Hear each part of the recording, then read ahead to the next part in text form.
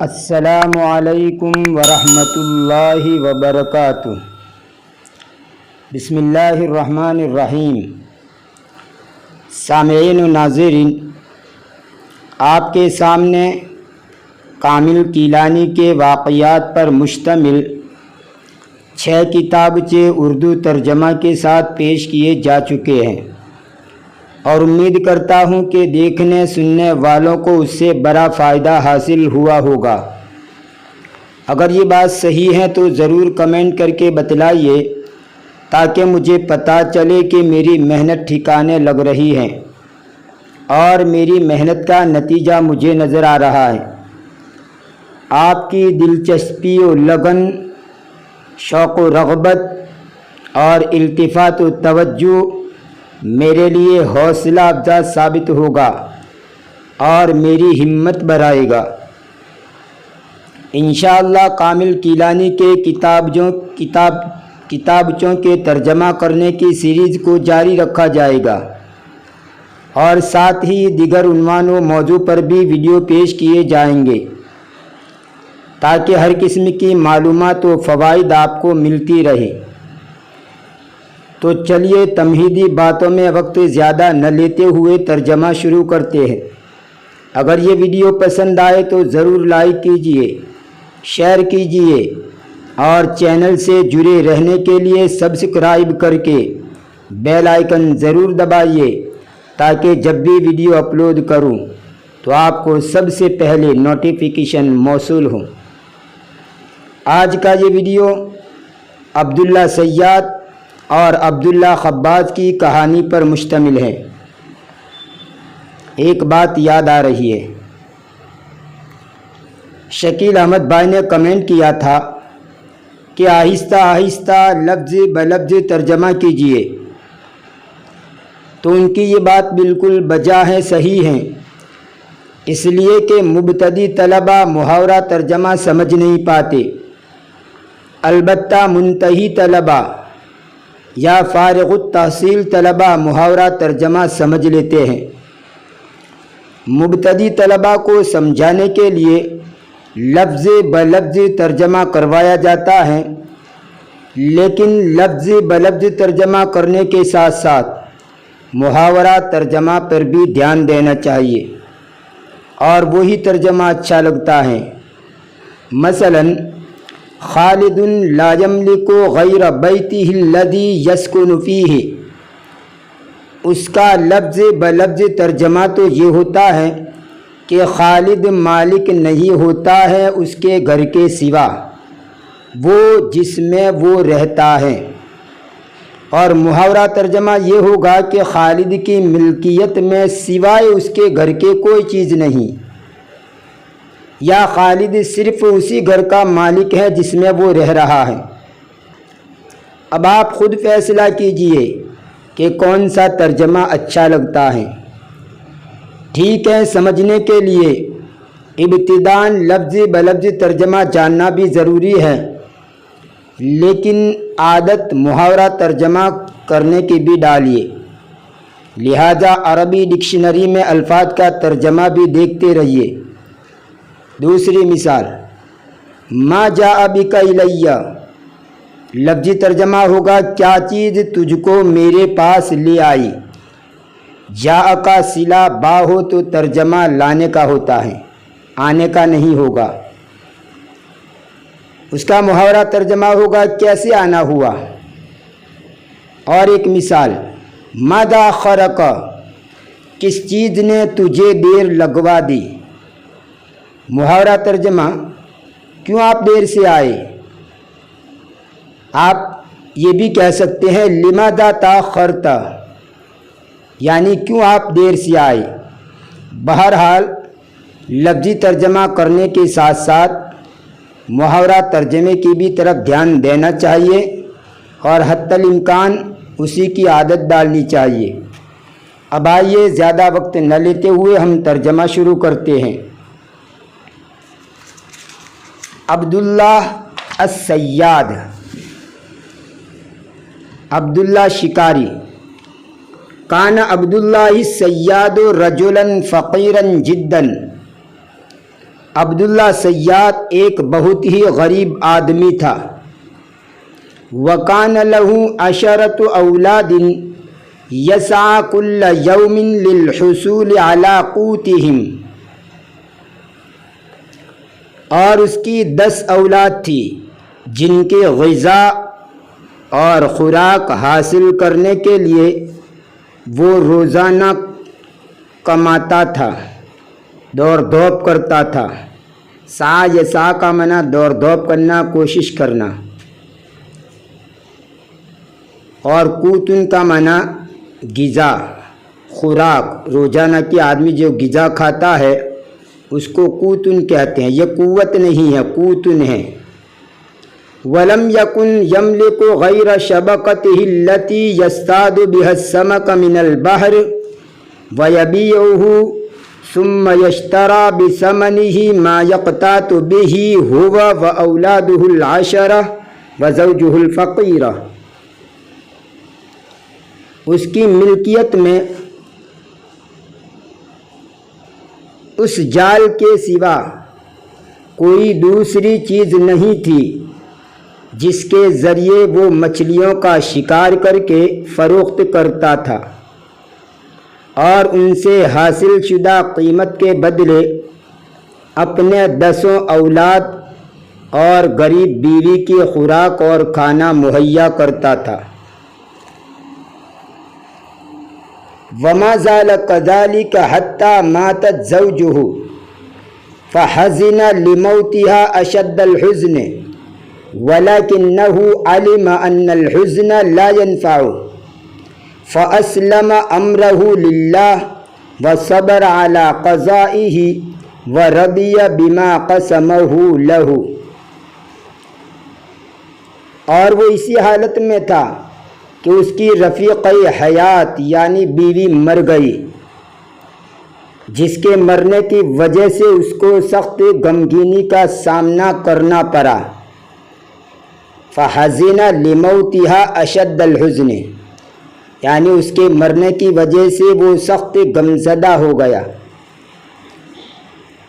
لیکن جب اس نے جان لیا کہ غم کرنے سے کوئی فائدہ نہیں تو معاملہ اللہ تعالیٰ کے حوالے کر کے صبر سے کام لیا، اور اللہ تعالیٰ کی تقسیم ازلی یعنی مقدر میں لکھی ہوئی باتوں پر راضی ہو گیا۔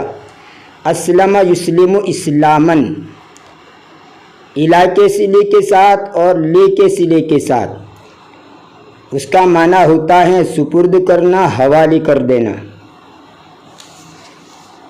وَذَهَبَ فِي الْيَوْمِ الثَّانِي مُبَكِّرًا إِلَى الْبَحْرِ بَعْدَ أَنْ أَوْصَى ابْنَتَهُ أَمِينَةَ بِإِخْوَتِهَا،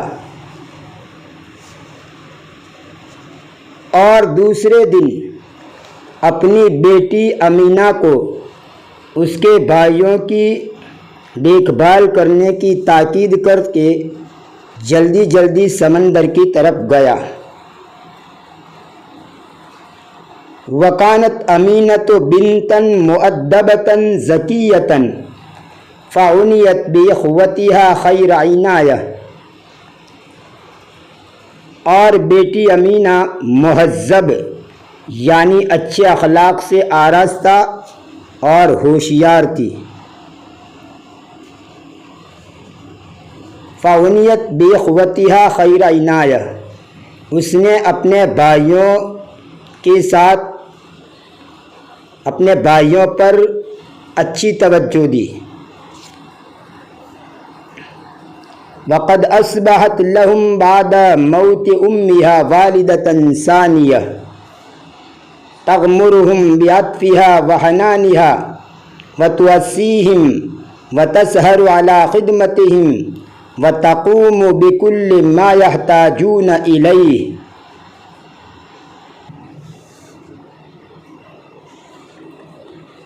اور وہ ان بھائیوں کے لیے اس کی ماں کے مرنے کے بعد دوسری والدہ ہو گئی، یعنی والدہ کے درجے میں ہو گئی، والدہ کے قائم مقام بن گئی۔ تغمرہم بعطفہا وحنانہا، وہ ان کے ساتھ رحم و کرم کا معاملہ کرتی تھی۔ وتؤسیہم، اور ان کو تسلی دیتی تھی۔ وتسہر علی خدمتہم، اور ان کی خدمت کرنے میں رات کو جاگتی تھی۔ وتقوم بکل ما یحتاجون الیہ، اور ان کی ہر ضرورت کو پورا کرتی اور انجام دیتی تھی۔ سحر یسحر، سحرن کا معنی رات کو جاگنا۔ اسا یؤسی تأسیتاً، اس کا معنی ہوتا ہے تسلی دینا، ڈھارس بندھانا، مصیبت کو ہلکا کرنے کے لیے اچھی اچھی باتیں کہنا۔ اور غمر یغمر کا معنی ہوتا ہے ڈھانپ لینا، چھپا لینا۔ تو تغمرہم بعطفہا وحنانہا کا لفظی ترجمہ ہوگا کہ وہ ان کو ڈھانپ لیتی تھی اپنی مہربانی سے اور اپنی شفقت سے۔ اور قام یقوم کا صلہ اگر با آئے تو اس کا ترجمہ ہوتا ہے انجام دینا۔ یاد رہے ہر جگہ قام یقوم کا ترجمہ کھڑا ہونا نہیں ہوتا ہے۔ مبتدی طلبہ جو ہوتے ہیں ایک ترجمہ ذہن کے اندر ہوتا ہے اور مشہور ترجمہ ہے قام یقوم کا معنی کھڑا ہونا، لیکن یہاں پر قام یقوم کا ترجمہ ہوگا انجام دینا۔ با کے ساتھ اگر صلہ ہو تو انجام دینا، جیسے یہاں پر وَتَقُومُ بِكُلِّ مَا يَحْتَاجُونَ إِلَيْهِ، اور وہ انجام دیتی تھی ہر وہ چیز جس کی طرف وہ محتاج ہوتے تھے، جس چیز کی ان کو ضرورت ہوتی تھی ان کو انجام دیتے تھے۔ اور عام طور پر یہ بہت زیادہ استعمال میں آتا ہے، یاد رکھنا قام یقوم با کا صلہ ہو تو انجام دینا۔ جیسے انگلش کے اندر گو کا ترجمہ ہوتا ہے جانا، لیکن اگر گو کے ساتھ اون لگا دیا جائے، گو اون، یعنی اون جو پری پوزیشن ہے، تب اس صورت کے اندر اس کا ترجمہ ہوگا جاری رکھنا۔ تو جیسے انگلش کے اندر ایسا ہوتا ہے کہ کسی ورب کے ساتھ اگر کوئی پری پوزیشن لگا دیا جائے تو اس پری پوزیشن کی وجہ سے اس کا ارتھ اور اس کا مطلب بدل جاتا ہے۔ یہی بات عربی کے اندر بھی ہے کہ کوئی ورب ہو، کوئی فعل ہو، اس فعل کے ساتھ الگ الگ حرف جر کی وجہ سے لگنے سے اس کا ترجمہ بدل جاتا ہے۔ جیسے یہاں پر قام یقوم کا معنی ہوتا ہے کھڑا ہونا، لیکن قام کا صلہ با آئے تو اب اس کا ترجمہ ہوتا ہے انجام دینا۔ اسی طرح قضا یقضی کا معنی فیصلہ کرنا ہوتا ہے، لیکن اسی قضا کے ساتھ اگر اعلیٰ کا صلہ آ جائے تو اس کا ترجمہ ختم کرنا بھی ہوتا ہے۔ مثال کے طور پر اگر یہ کہنا ہو کہ اسلام کے دشمن اسلام اور مسلمانوں کو ختم کرنا چاہتے ہیں تو آپ یہ جملہ استعمال کر سکتے ہیں، یرید اعداء الاسلام ان یقضوا علی الاسلام والمسلمین، یرید اعداء الاسلام ان یقضوا علی الاسلام والمسلمین، جس کا ترجمہ یہ ہوتا ہے کہ اسلام کے دشمن اسلام اور مسلمانوں کو ختم کرنا چاہتے ہیں۔